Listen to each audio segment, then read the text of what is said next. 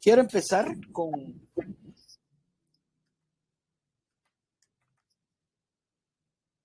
un tema de 1 Corintios 14. No es el de la reunión, sino es 1 Corintios 14, 1.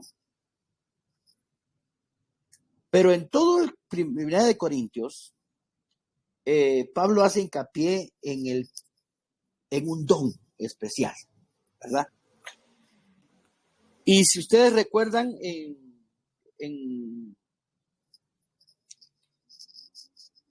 también en Romanos 12, creo que es, si no estoy mal, dice que procuremos los mejores dones, ¿verdad? No me quiero quedar con la duda, creo que sí es Romanos.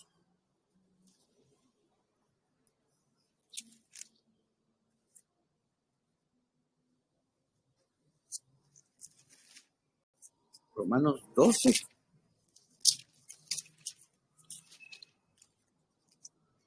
Vamos a ver dónde dice. 1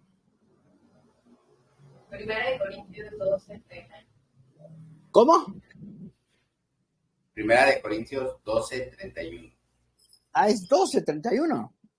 Es Corintios. Exacto. Procurad pues los dones mejores. Perdón, rectifico, entonces era 1 Corintios, no era Romanos. Dice, procurad pues los dones mejores. Fíjense ustedes que yo tenía nunca quise hablar de eso porque yo tenía en mi mente decir, ¿por qué tienen que haber dones mejores? Si realmente pues son los dones de Dios, todos son iguales, todos tienen la misma importancia, pero realmente hoy tal vez podemos llegar a entender cuáles son los mejores dones y por qué hay uno mejor que otros, ¿verdad? No sé si ustedes alguna vez se preguntaron eso, pero yo sí me lo pregunté. Procurad pues los mejores dones. ¿Cuál es el mejor don? ¿Alguien se preguntó eso alguna vez? Como no los veo, no veo las manos, pero si alguien quiere conectarse y decirme cuál es el mejor don, me lo dice.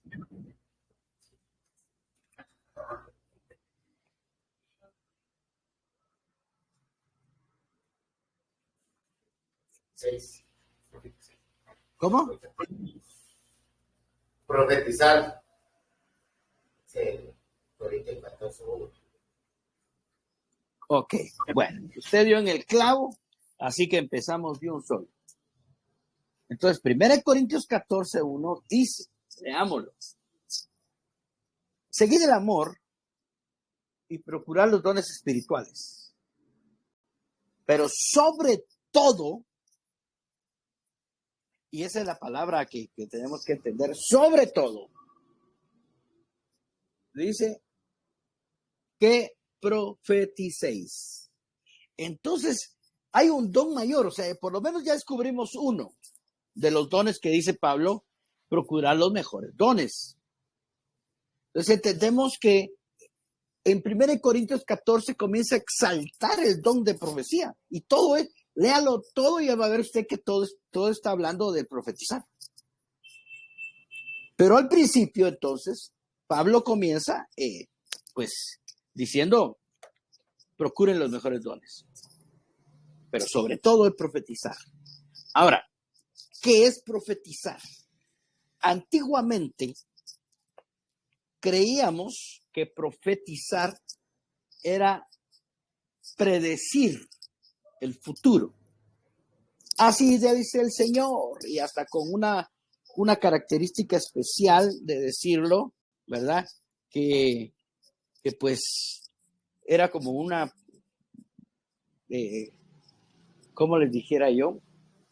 Una fuerza que se daba, así dice el Señor, y digamos al que lo hablaba hasta la voz le cambiaba, ¿verdad? Como lo hizo Jonás, de aquí a 40 días Nínive será destruido, ¿verdad? eso es como predecir el futuro. Ciertamente, en el Antiguo Testamento, él estaba profetizando, prediciendo el futuro. Pero al venir a 1 Corintios 14, 1 y los demás versículos que vamos a leer, nos damos cuenta que no está hablando de predecir el futuro, sino que está hablando de otra cosa. Está enseñando otra cosa que nos va a servir para la edificación o para el crecimiento y la madurez de la iglesia en general, de la iglesia de Cristo. Entonces, comencemos como dice, seguid el amor. Ahora, 1 Corintios 12 nos habla de los dones, ¿verdad? Pero al final dice, pero yo os muestro un camino más excelente. Entonces, ¿cuál era ese camino? El amor. Entonces, aquí comienza con eso. Seguid el amor. O sea, el amor va a ser como el elemento básico de todo el versículo que vamos a leer. Va a ser como el fundamento. ¿Por qué? ¿Por qué razón? Porque en el amor, lo dijimos la vez pasada, porque Dios es amor. Y entonces cuando nosotros actuamos en amor, ahí está Dios. Entonces, ¿cuál es la intención de este versículo cuando dice seguir el amor? Que tengamos amor para ver a otra persona que se supera, que se levanta, que se anima, que crece, que madura. El amor va a ser necesario para poder hacer algo yo para la superación de mi hermano. ¿Ya me entiende? Entonces, el amor tiene que ser así, hermano. Por eso es que comienza, si yo puedo hablar todos los misterios y las ciencias, pero no tengo amor, nada soy. Entonces, y lean 1 Corintios 14 porque es fundamental para comenzar a profetizar. Porque aquí vamos a ver cómo va a venir la ayuda mutua para el crecimiento, para la madurez, para llevar a levantar a un hermano y llevarlo a ser un hombre o una mujer conforme al corazón de Dios. Esa va a ser nuestra pasión, el amor que tengamos por nuestros hermanos va a hacer que les ayudemos en todo. Así como un hijo, pues. El papá, cuando el hijo comienza de niño y le comienza a enseñar y el buen papá pues le enseña buenos modales y después lo manda a los mejores colegios y ¿para qué, hermano? Para que un día este niño, cuando sea grande, tenga una profesión y pueda valerse por sí mismo. Entonces, el amor que nosotros vamos a tener aquí va a ser para que esta persona llegue a graduarse y tener esa profesión de fe, esa madurez, esa estatura que Dios quiere que todos sus hijos tengan.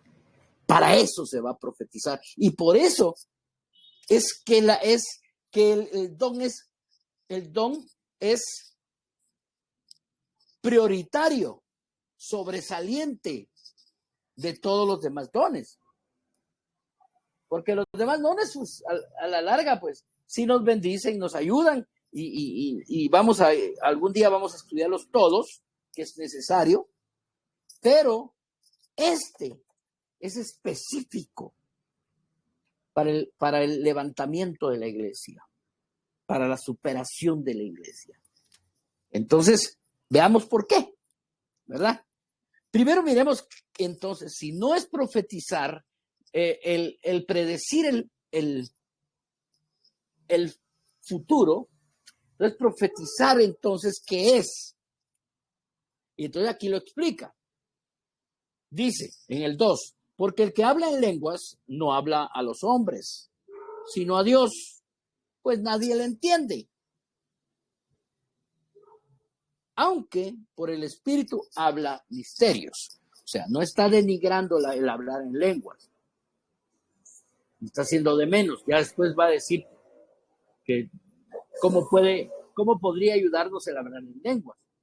Pero si no, entonces aquí dice, está el de profecía, dice, pero el que profetiza, oiga esto, dice, habla a los hombres para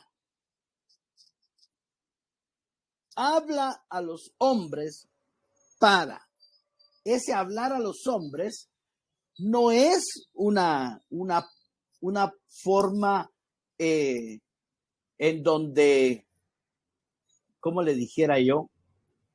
Soy emotivo y es una situación demasiado espiritual que tienen que hacer caso. No, eso es hablar. Eso es lo que es profetizar. Hablar. Ahora, no es hablar por hablar, porque si para hablar, pues las mujeres nos ganarían en ese don, hermano. ¿Verdad? Porque las mujeres pareciera que tienen el don de la lengua. No el don de lengua, sino el don de lengua. Y hablar. Imagínese usted, en la iglesia las mujeres van a hablar y hablar y todos los hombres con los brazos cruzados ahí sin hacer nada. Porque a los hombres no les gusta mucho hablar. A los hombres les gusta comer nada más. Entonces, no es un simple hablar tampoco. Espero que entendamos esto, mis hermanos. Es un hablar, pero no es un simple hablar. Miremoslo. Dice, pero el que profetiza habla a los hombres para edificación. O sea, que tiene un propósito el hablar. Para edificación, exhortación y consolación. Entonces, vamos a ver primero 3 aspectos o características que debe tener el que profetiza, ¿verdad? 3 características. Y los 3 elementos fundamentales de la profecía en sí. Primero, el que profetiza debe tener 3 características. Segundo, la profecía en sí debe tener. Aquí lo entendemos fácil porque dice que la profecía es edificar, exhortar y consolar. Entonces, miremos primero los 3 elementos, ¿verdad? Entonces, recapitulemos. Profetizar, entonces, no es predecir, sino hablar del presente o hablar en el presente. El que profetiza, número 1, es el que habla por el Señor. El que habla por el Señor. Entonces, por ejemplo, yo mando a mi hijo a hacer un mandado. Mira, anda a decirle a fulana de tal que te venda 10 quetzales de tortilla. Entonces viene este niño y dice, bueno, dice mi papá que le mande 10 quetzales de tortillas. O sea, él está hablando por mí. ¿Verdad? Entonces, ¿qué tenemos que entender? Que no es un hablar de mí.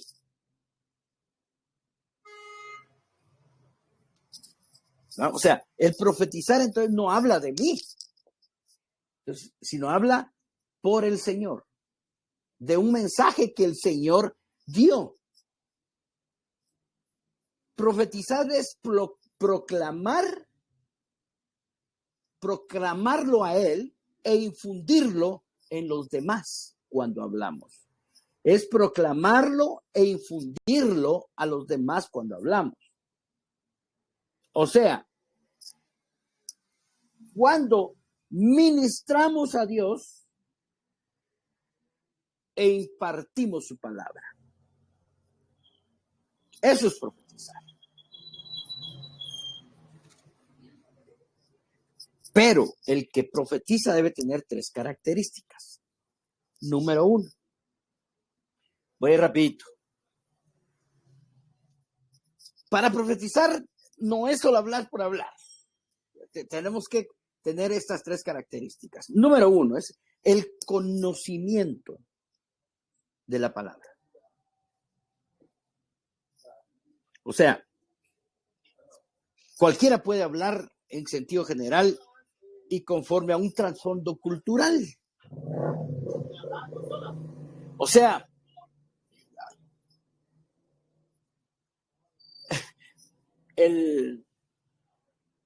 este domingo tuvimos Santa Cena y pues oramos, ¿verdad?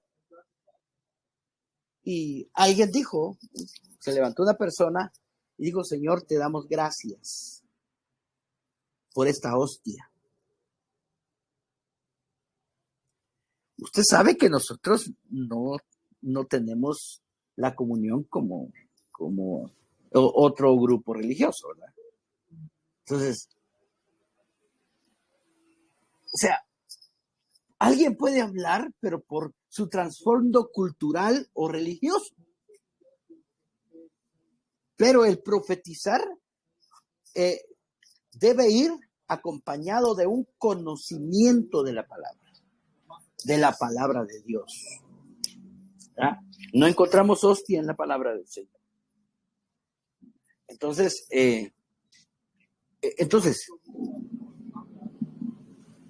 para profetizar tenemos que tener un conocimiento apropiado acerca de Dios. Y este conocimiento se adquiere a través del estudio de la palabra. Yo sé que ustedes tienen ahí un buen ejemplo en cuanto al estudio de la palabra, porque Jacir es un estudioso de la palabra.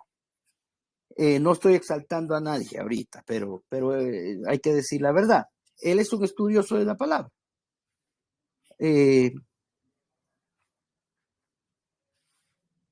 Entonces, ese es un gran ejemplo, ¿verdad?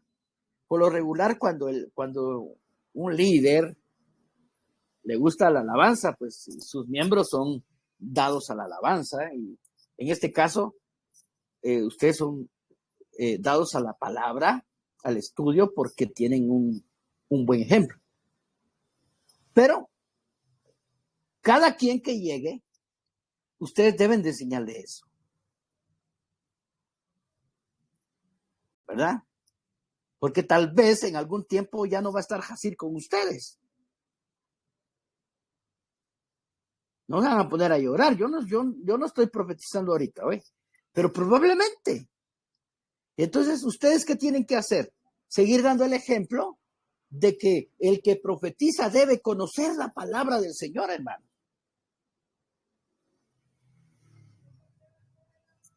La Biblia, ¿qué dice? Pues, que hubo en ciertos hombres que meditaban en su palabra de día y de noche. Y que la palabra de Dios era su delicia.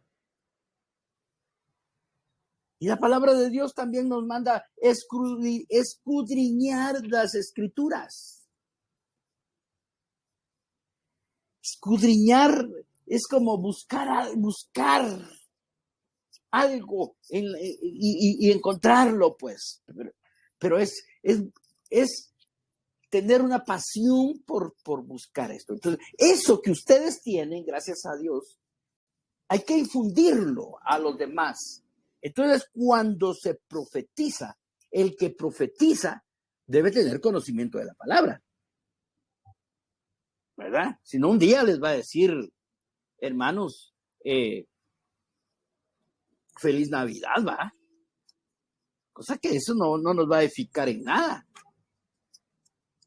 Que coman muchos tamales y uvas, pues eso no va a servirnos para edificación. No va a servir, eso no es una profecía. Entonces, La Biblia dice escudriñar, entonces es como decir, estudienla, ámenla. Que les guste eso, pues, que sea su deleite. Que no pasen mucho tiempo sin agarrar su Biblia y echarse una su leidita, pues. Pero además de eso, hermano, les cuento que nosotros ahorita, por ejemplo, nos acaban de enviar una carta donde nos exhortan a tener cierto cuidado en ciertas cosas en la reunión de grupos básicos, le llamamos nosotros, al grupo pequeño o a la iglesia local. Y entre todas esas cosas dice, todos al reunirse deben de tener una Biblia, un cuaderno y un lapicero. Entonces, ¿para qué, hermano? Porque esa es la forma de ir escudriñando. Usted encuentra algo y el Señor le toca en algo, le revela algo, usted lo escribe. Porque seguramente cuando usted salga a la reunión, si no lo escribe, ya se le olvidó. Ese es un hábito que hay que hacer, hermano. De tener un cuaderno, una Biblia, por lo menos, ¿no? Y un lapicero, pues. Porque si no va a estar usted como muchos hermanos, y mire, créame que eso se mira en todo lugar. Los que llevan cuaderno no llevan lapicero. Y ahí están las mujeres, y peor en esas carteras, hermano, que son una cosa increíble, ¿verdad? Y comienzan a revolver y se oye aquel ruidagal, y blaga, blaga, blaga, blaga, buscando un lapicero. Tienen de todo para pintarse. Tienen de todo para pasar bien el día, menos un lapicero para escribir lo que están aprendiendo de la palabra del Señor. Entonces, es importante que tengamos eso. Pues entonces nos dan ciertos requisitos, hermano, o ciertas cosas que debemos llenar ahora, que debemos tener respecto a nuestra reunión. Entonces, debemos de llevar apuntes, hermano, esto no es pecado, pues. Si usted, el Señor, le dice, mira, esto es para el domingo, para la iglesia, para los hermanos, entonces viene usted y a ver qué es, Señor, y entonces el Señor le dicta y usted, escribe, pues. Todo lo que el Señor le está dando, escríbalo. Entonces ya cuando llega a la iglesia, a la reunión de iglesia, usted va a tener presente lo que está escrito. Entonces, la Biblia hay que estudiarla. O sea, primero léala y después léala y tercero léala. Cuando lleve usted 3 veces leído un pasaje, entonces usted va a comenzar a entender las cosas. Por supuesto, también dice, oren antes de la reunión, tengan un tiempo de meditación, tengan un tiempo de silencio también ante Dios para pedir la dirección y muchos requisitos, pero lo que le estoy diciendo es que entre ellos está en la forma de cómo poder estudiar la Biblia. Y entonces, pues, si hay algún método por ahí, pues hay que darle, pues hay que enseñarlo, ¿verdad? Jacir sabrá muchas cosas de cómo a él le ayudaron a entender la Biblia, porque el que profetiza debe tener conocimiento correcto de Dios, hermano. Amén. Bueno, ese es número 1. Número 2, el que profetiza debe tener inspiración del Espíritu Santo.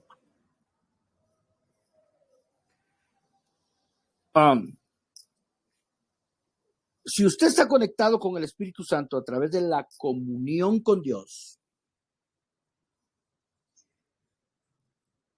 esta comunión, estoy seguro que siempre le dará inspiración. Le va a dar inspiración para decir cierta cosa. Le va a dar inspiración para no decir algo que usted quiere decir. Le va a dar inspiración respecto a un versículo. Le va a dar la fluidez incluso para decir algo que usted lleve escrito. Y le va a decir, esto da, esto no lo des, esto sí. Esa es una inspiración que debemos tener, hermano. Dice que la Biblia fue inspirada por Dios. O sea que los hombres que buscaron a Dios, se metieron con Dios y Dios les habló. Y automáticamente, ¿qué fue lo que ellos hicieron, hermanos? Escribirlo. Si no se les hubiera olvidado, hermano. Si ellos dicen, no, ahora, y el día que se mueran, digamos que no se les olvidó, pero el día que se murieron se quedaron con eso. No, entonces vinieron y lo escribieron a tal extremo que ahí se formó la Biblia, con lo que Dios les inspiró a estos hombres. Entonces, la inspiración del Espíritu Santo es básica, hermano, porque nos va a dar el latino en dónde hacer las cosas. Fíjense que le quiero contar una experiencia que pues lo hago para ilustrar este momento, no lo hago por nada, por vanagloria ni nada de eso. El domingo, en la reunión, pues un hermano inició la reunión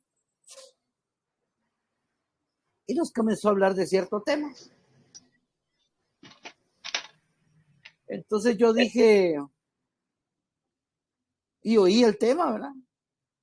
Y pues un tema muy bonito, pero que no me dio la libertad como para yo seguir en el tema.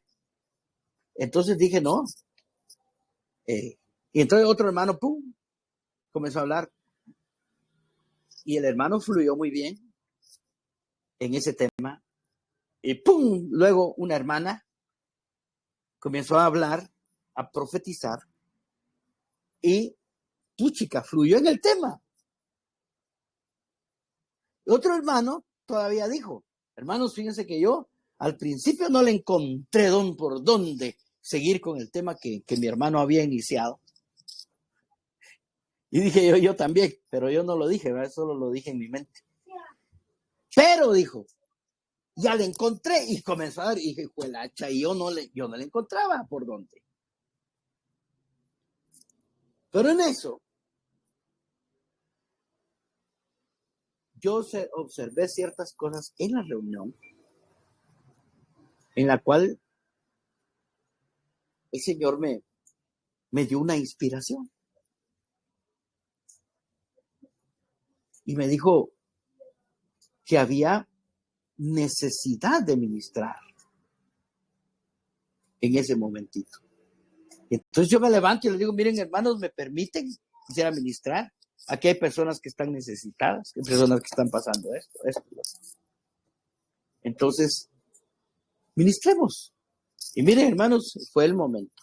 Esa fue mi inspiración. Eso fue lo que el Señor me inspiró, perdón. El Espíritu Santo me inspiró. No me inspiró una palabra específica, pero sí fue un momento específico. Me explico con esto, hermanos. Entonces, todo el que profetiza, número 1, debe tener conocimiento de la palabra. Número 2, debe tener inspiración del Espíritu Santo. Y número 3, esto es bien básico y necesario, hermano, dice, debemos tener visión. Una visión espiritual. En cuanto a, número 1, los intereses de Dios. O sea, ¿qué le interesa a Dios? ¿Cuál es el beneplácito de Dios? ¿Qué quiere Dios ese día que estamos en reunión de iglesia? Eso debe tener una visión de las cosas. Eso nos lo da también la palabra. Pero también nos lo da el observar qué interés tiene ese día Dios que quiere hacer. Número 2, para profetizar tenemos que tener una visión en cuanto a la condición de la iglesia. ¿Cómo está la iglesia? ¿Qué necesita la iglesia? ¿Dónde está flaqueando la iglesia? ¿Cómo puedo ayudar a la iglesia? Número 3, debo tener también una visión en cuanto a mi propia condición. ¿Cómo estoy yo? Porque si yo estoy con egocentrismo, estoy con ira, entonces yo voy a ofender a la iglesia con lo que diga. Es más, los voy a hacer de menos. Yo debo ir con una visión de mi propia condición delante de Dios para no juzgar a mis hermanos. Y número 4, en cuanto al mundo y al pecado. Muchas veces se llega con pecado del mundo. Entonces lo que tenemos que hacer es ayudar a nuestros hermanos a que salgan de eso, ¿verdad? Entonces, 3 cosas básicas para el que profetiza. Número 1, la palabra. La palabra del Señor que more en abundancia en su corazón. Número 2, inspiración del Espíritu Santo, porque el Espíritu Santo nos va a guiar a toda verdad. Y número 3, debemos tener una visión en cuanto al interés que Dios tenga para hacer ese día. Mire, ya se da cuenta que no es tan fácil solamente si yo voy a profetizar, pero sí debemos todos profetizar. Porque dice, pero por sobre todas las cosas que profeticéis. Entonces, aprendamos esto, hermano. Ahora, miremos 3 elementos de la edificación. Y con eso voy a terminar. Primero Dios. Entonces dice, 1 Corintios 14, 3. Pero el que profetiza habla a los hombres para edificación, exhortación y consolación. Edificación, exhortación y consolación. Amén. Miremos primero edificación. Esto es nuevo para mí, hermanos. Les cuento, lo acabo de aprender, pero fue algo maravilloso para mí. La edificación, la palabra edificación viene del griego oikodomen. ¿Se recuerda de una palabra que comienza con oiko que yo les enseñé? ¿Cuál es? Oikonomía, ¿verdad? Bueno, que eran la economía eran las reglas de casa o las normas de una casa. Entonces aquí está hablando de oikos, casa, y domen, fundamento. Entonces, edificar viene de la raíz griega, construir una casa sobre un fundamento sólido. Eso es lo que significa oikodomen. Esa es la connotación que tiene. Construir una casa sobre un fundamento. Cuando habla de aquella parábola donde dice que un hombre construyó su casa sobre la arena, y cuando vinieron los vientos y las tempestades se le cayó. Luego vino otro hombre y construyó su casa sobre una roca. Vinieron los vientos, las tempestades y las tormentas, y esa casa no se cayó. Amén. Ok, entonces, cuando está hablando de edificar una casa sobre un fundamento sólido, ¿para qué es entonces? ¿Alguien me puede decir?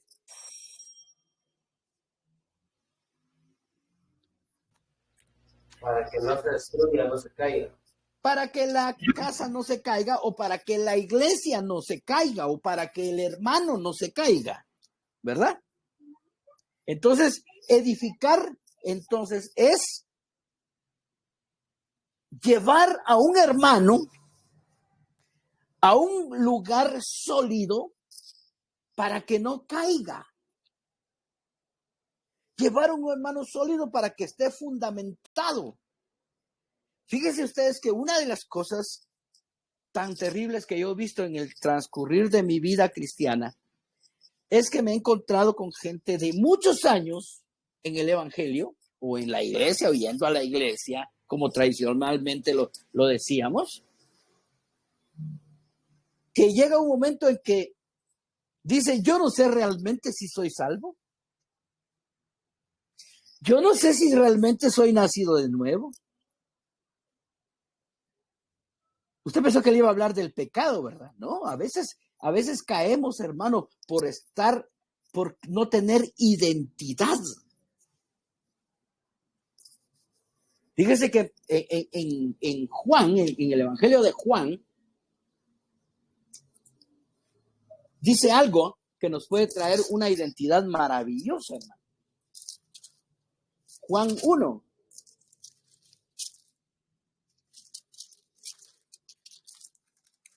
1:12, que estoy. 1:12. Dice, mas a todos los que le recibieron, a los que creen en su nombre, les dio la potestad. Esa palabra es, les dio el poder, o les dio la autoridad, o les dio la seguridad de ser hechos hijos de Dios. Entonces, hermano, si hay algún hermano que no tiene esa seguridad de estar fundamentado en una piedra, cuando usted profetiza, entonces cuando usted lo profetiza con la intención de edificar, lo que está haciendo es llevándolo a la roca que es Cristo y decirle, hermano, si tú creíste, sos hijo de Dios, ¿por qué? Porque Dios amó al mundo para que todo aquel que en él crea no se pierda, no caiga, no abandone, sino que tenga vida eterna. Entonces, cuando uno profetiza, hermano, debe tener la seguridad que está llevando a esa persona a que tenga una identidad, a que que tenga la seguridad que está puesto sus pies en la roca que es Cristo, para que este hermanito no caiga. Eso es profetizar, hermano. Y parte del fruto de profetizar es edificar. El profetizar debe corregir esta inseguridad que hay en muchos acerca de su salvación y de su identidad en Cristo Jesús. Como ven, no le estoy hablando de que se fue al pecado y cayó. No. Estoy diciendo algo fundamental, que es la salvación, hermano. Por eso es que muchos piensan que la salvación se pierde. Pues claro, si no están seguros, se va a perder.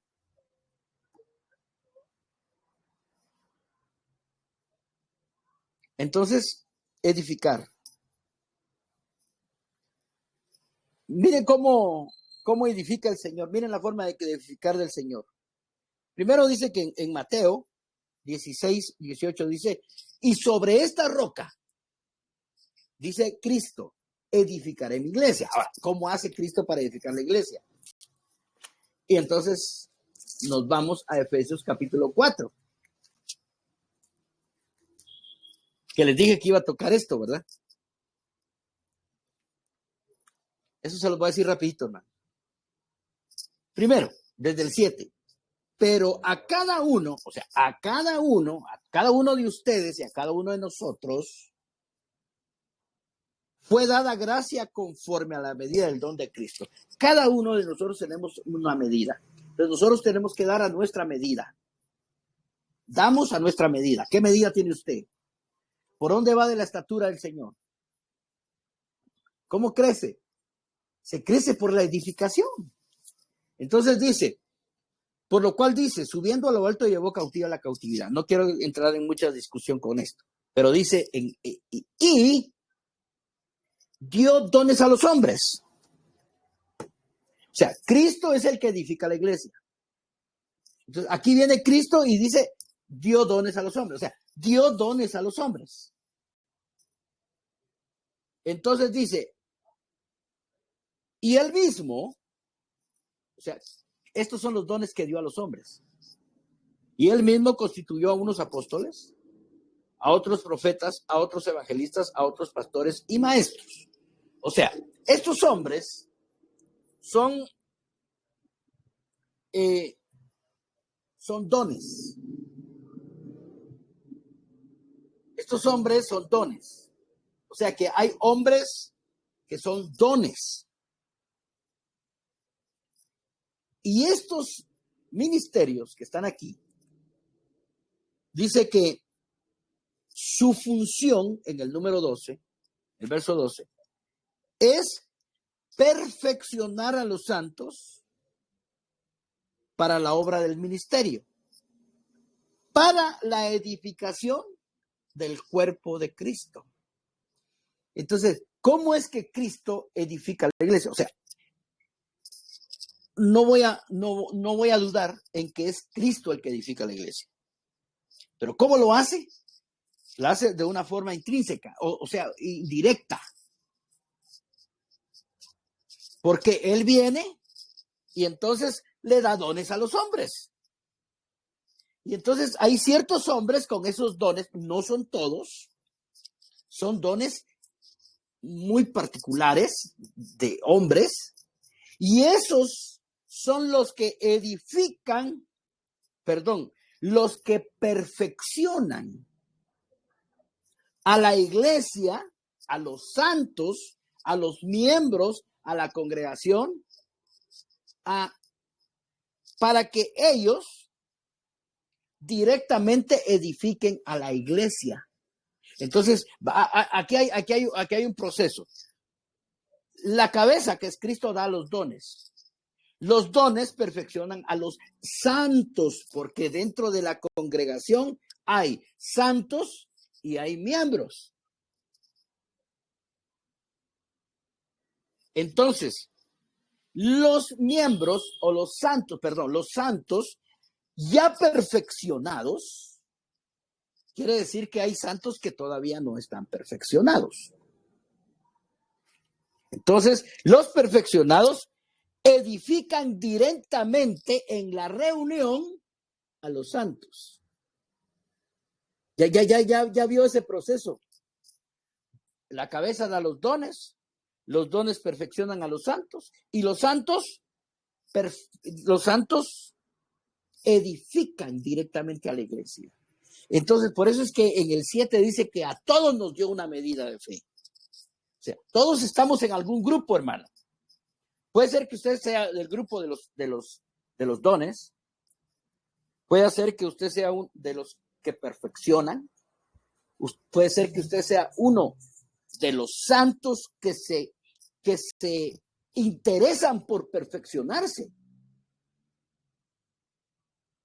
O puede ser que usted sea un miembro de la iglesia. No es lo mismo ser un miembro, hermano, que ser un discípulo. ¿O sí? Esto es importante, hermano. Porque edificar no es solamente, sí, yo hablo y punto, y ahí digo cualquier cosa que se me ocurrió. O en el momentito, hermanos, están leyendo la Biblia para ver qué Tim Marín de doping fue, Cucaramaca, la títere fue, ahí se fue. Y ahí lo leo y punto. Otros vienen y agarran un coro y dicen, hermano, fíjense este coro, cómo me bendijo. O sea, ni lo han oído, hermano, pero como lo encontraron ahí en su himnario, y mire, esto dice el coro. Eso no es edificar, hermano. Edificar es poner a alguien en la base que es Cristo. Para eso hay que perfeccionarse. Mire, hermano, dice, mire, hasta que todos, esa es la meta, todos los que nos reunimos, lleguemos a la unidad de la fe. No dice a la unidad de la doctrina. No dice a la unidad de un conocimiento, dice a la unidad de la fe. Y la fe, ¿qué es la unidad de la fe? El conocimiento de la economía de Dios, hermano. El conocimiento del plan redentor de Jesucristo. Hasta llegar a un varón perfecto a la medida de la estatura de la plenitud de Cristo, para que ya no seamos niños fluctuantes. O sea que en la iglesia, esos que son solo miembros son niños fluctuantes, que hay que llevarlos, que hay que edificarlos para que estén en la roca, llevados por doquiera de viento de doctrina por estratagema de hombres que para engañar emplean con astucia las artimañas del error. El diablo está ahí como león rugiente, no para llevarnos al pecado, sino para bajarnos de la roca, que es Cristo. Y dice, de quien todo el cuerpo, bien concertado y unido entre sí por todas las coyunturas que se ayudan mutuamente, según la actividad propia de cada miembro. O sea, hay una responsabilidad de cada miembro. Recibe su crecimiento para ir edificándose en amor. Esto es tremendo, porque no solamente es de ir a hablar. Hay que llevar un espíritu para ir a hacerlo. Hay que llevar amor para hacerlo, hermano. Para ver a aquel hermanito que le cuesta un día verlo sobre la roca. Sobre esta roca edificaré mi iglesia. La iglesia se fundamenta en la roca que es Cristo, no, ni en ninguna otra cosa. Número 2, exhortación. Y eso es lo que a muchos les gusta. Te voy a exhortar. Te voy a dar una exhortada, porque piensa que exhortar es pegar o golpear o maltratar o decirle sus verdades a alguien. Ay, Dios mío, pero mire, hermano, ¿qué significa esto de exhortar? Es dar fuerza. Eso es exhortar. Dar fuerza. O sea, cuando usted llega con alguien a exhortarlo, usted le va a dar fuerza. Y esta palabra fuerza se deriva de una palabra que es paracletos. ¿Y sabe usted a quién se le llama paracletos? ¿Alguien sabe? Dígame. Abra su micrófono rápido. ¿Cómo? Al Espíritu Santo. ¿Quién dijo eso? A mí. ¿Qué pila? Paracletos, el Espíritu Santo. Entonces aquí está diciendo que cuando exhortamos estamos dando fuerzas como el Espíritu Santo.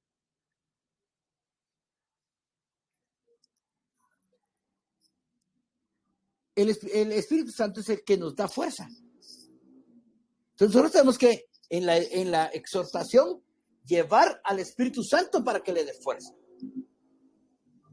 El Espíritu Santo es quien nos da fuerza. Mire lo que nos da el Espíritu Santo. Apoyo y ánimo. Fuerza, apoyo y ánimo. Esa es la función del Espíritu Santo. Nos está apoyando. Seguí, hombre. No dejes, no abandones. Y ahí está. Y aún se queda con nosotros, aunque nosotros lo contristemos. Y ahí está siempre, echándole ganas. Paracletos es uno que está a nuestro lado. Eso. Es uno que es un compañero, hermano. Es como el compañero que tal vez nunca tuvimos, un amigo que nunca tuvimos o un hermano que nunca tuvimos que estuviera al lado de nosotros ayudándonos, apoyando, no que nos estuviera criticando, juzgando o regañando, hermano. Sino es uno que está a nuestro lado para darnos fuerza, apoyo y ánimo. ¿Sabe de dónde proviene la palabra ánimo? Se lo voy a decir. De ánima. Y ánima es alma. Entonces, cuando nos dan ánimo, es que nos están levantando el alma. Nuestro ánimo es que nuestra alma está decaída por cualquier cosa. No tengo pisto, como perro con la cola entre las piernas. Como gallo pochoroco que ya lo van a matar, pues ya va a servir para alimento. Entonces así, y de repente viene alguien y le da ánimo. Es el Espíritu Santo que usted está ministrando a esa persona para darle fuerza. No confundamos exhortar con regañar. que tanto le gusta a la gente. No te exhorta. A nosotros así nos decían. Te voy a llevar con el hermano para que te dé una tu buena exhorta. Lo que querían es decir que te dé una cinchaseada, pues. Eso no es. Estamos confundidos. Es alguien que es nuestro paracletos, que está a la par de nosotros. Eso debe ser el hermano cuando profetiza. Exhorta. Y por último, consolación. La consolación viene de un término griego que es paramutian, que significa empatizar, de empatía. O sea, ponerte a ti mismo en el lugar de otro. Alguien, si te entiendo, te comprendo. No sé si ha tenido usted a alguien que le diga, no, yo te entiendo. Es que esa mi amiga sí me entiende, dice usted. Ese es un paramutian. Eso es empatizar con alguien. Llorar con los que lloran. Es sentir el dolor de alguien más. Entonces, cuando usted consuela y le va a decir algo a alguien o le va a decir algo a la iglesia, póngase en los zapatos de la iglesia. Por eso es que debemos tener una visión clara de la situación de la iglesia. Nosotros, fíjense, hermanos, que tenemos una familia de una hermana que tiene 9 hijos. Y le acaba de nacer el último. Pero antes de que naciera el último, se murió el papá. Hermana, póngase los zapatos de esa hermana. ¿Qué le lleva a usted a esa hermana? Consolación, hermana. Consolación. Y ayuda mutua. Hay que hacer algo con ella y estamos haciendo algo con ella. Se está haciendo algo con ella. Se le reúne comida, víveres, ropa, dinero, y se está ayudando mensualmente a ella, pues. Se le está enseñando a salir. Pero eso es, pero en la consolación, hermano. Porque yo me imagino en las noches esa persona teniendo 9 hijos, hermano. Si yo con 4 a veces no dormía, hermano, pensando en darle de comer, pero a Sherry. ¿Cómo comían? No, eso es mentira, no. No, pero imagínese usted, hermano, yo con 4 hijos y especialmente yo necesitaba consolación en enero, hermano. Porque había que pagar la inscripción de 4, uniformes de 4, refacciones de 4, uniformes de física de 4, útiles escolares de 4, los bonos especiales que pedía los colegios, que saber para qué son, que son unos bonos de ayuda de no sé qué, de 4, el papel de baño de 4 para la maestra, porque nunca los usaron, pero era para la maestra, ¿verdad? O sea, todo, hermano, de 4. Pues chica, ahí necesitaba que alguien se pusiera en mis zapatos para que me comprendiera, hermano, cómo estaba mi vida en ese entonces, pues, en esos momentos difíciles. Entonces el paracletos es uno que está, la consolación, perdón, la consolación es llorar con los que lloran. Llorar con los que lloran.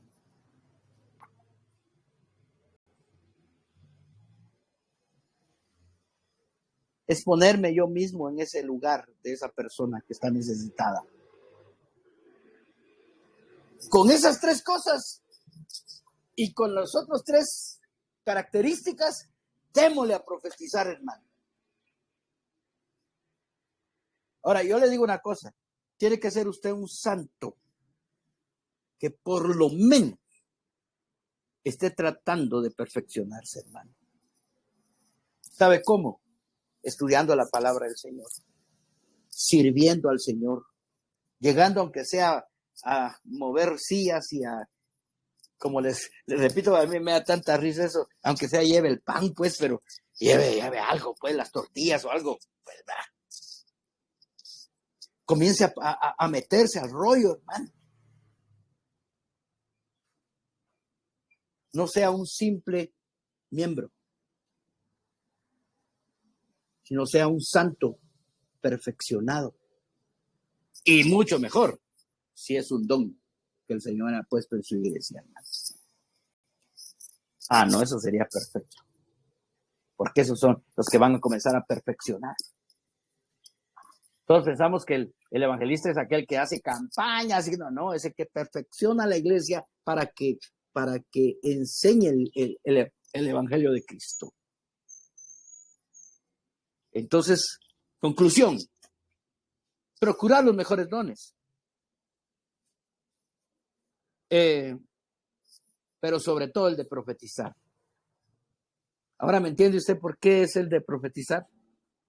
Porque conlleva muchas cosas para el crecimiento de la iglesia, hermano, para el fundamento de la iglesia, para la edificación, para la madurez de la iglesia. El profetizar es el don por lo cual la iglesia recibe identidad, fuerza, ayuda, crece, se fortalece y madura mutuamente. Ese es su interés. Ese es el interés que usted debe llevar, características que debe llevar y lo que debe llevar también lo que usted hace en la iglesia. Amén y amén.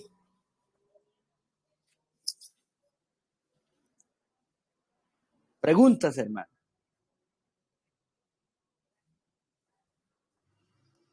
Preguntas o dudas. Vamos por la lección 9.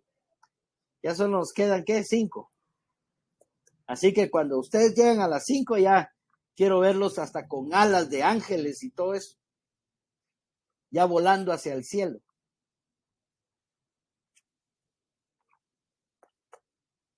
Si tienen preguntas, háganlas, hermano.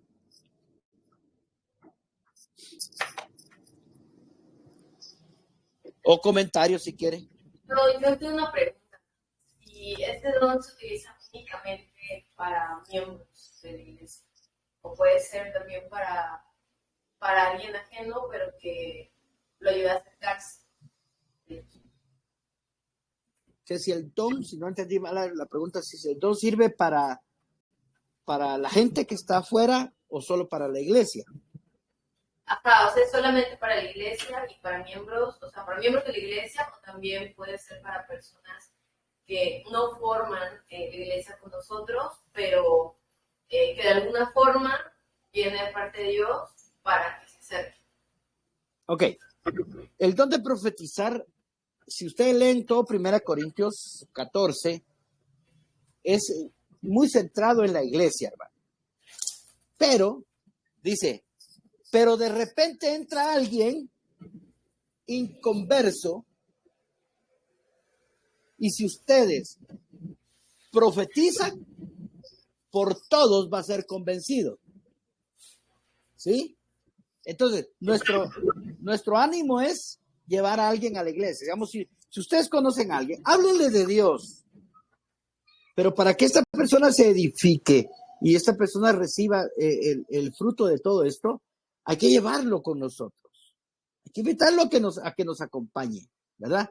Ahora, pues, definitivamente le va a ayudar a alguien que usted lo consuele, por ejemplo. O sea, esto no está de más, hacerlo con la gente que no está con nosotros, ¿verdad? Pero prioritariamente es para que esta gente llegue a la iglesia, ¿verdad? Entonces, jálenlos, enseñen. Pero primero llegamos con, yo digo que la exhortación no va mucho más, va a la consolación cuando uno habla con la gente que está afuera. Entonces, usen la consolación, úsenla. ¿Verdad? Porque no les van a edificar afuera, porque no se puede edificar fuera de la iglesia. porque dice que tienen que estar todos los miembros bien concertados y unidos por las coyunturas. O sea, tienen que estar en la iglesia. Fuera de la iglesia no se puede. Y estoy hablando de la iglesia, cuerpo de Cristo, no estoy hablando del salón donde se reúne, ¿verdad? Ahí tiene que estar, ahí se va a levantar. Porque miren, si son 10, esa persona va a recibir 10 consejos para su vida, 10 consejos para su edificación, 10 palabras que van a llegar de parte de Dios para su crecimiento. Ahí es donde se va a edificar realmente. Pero pues no está de más, ¿verdad? Consolar a alguien afuera, ayudar a alguien. Eso hay que hacerlo, pues. Como cristianos debemos hacerlo. Pero perfeccionarnos para edificar al cuerpo de Cristo. Eso es básico. Otra pregunta.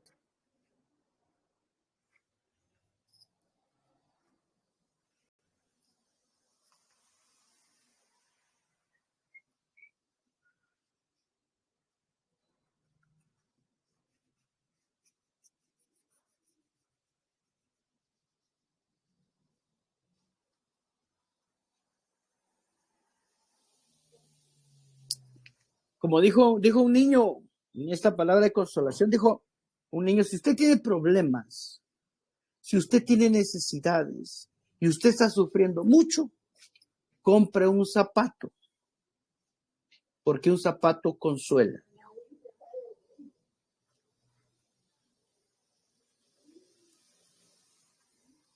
No, y si se rió o está diciendo qué chiste más sangrón, pero para que ustedes se animen a decir algo. Un zapato consuela.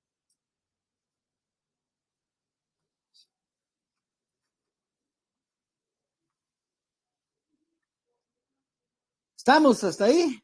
¿Estamos bien? Abran su micrófono, alguien abra su micrófono y dígame, sí, hermano. Ya corte, porque ya queremos ir a comer. Estamos bien, ¿verdad? Sí, ¿Algún sí. comentario? ¿Algún comentario? Excelente. Bueno, No hay quien.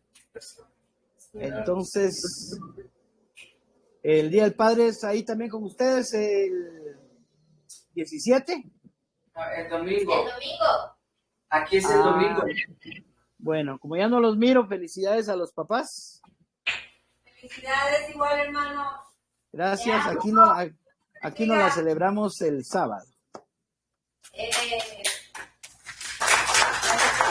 celebra el sábado. Es que allá son los sábados, el domingo 17. Aquí es el 17. tercer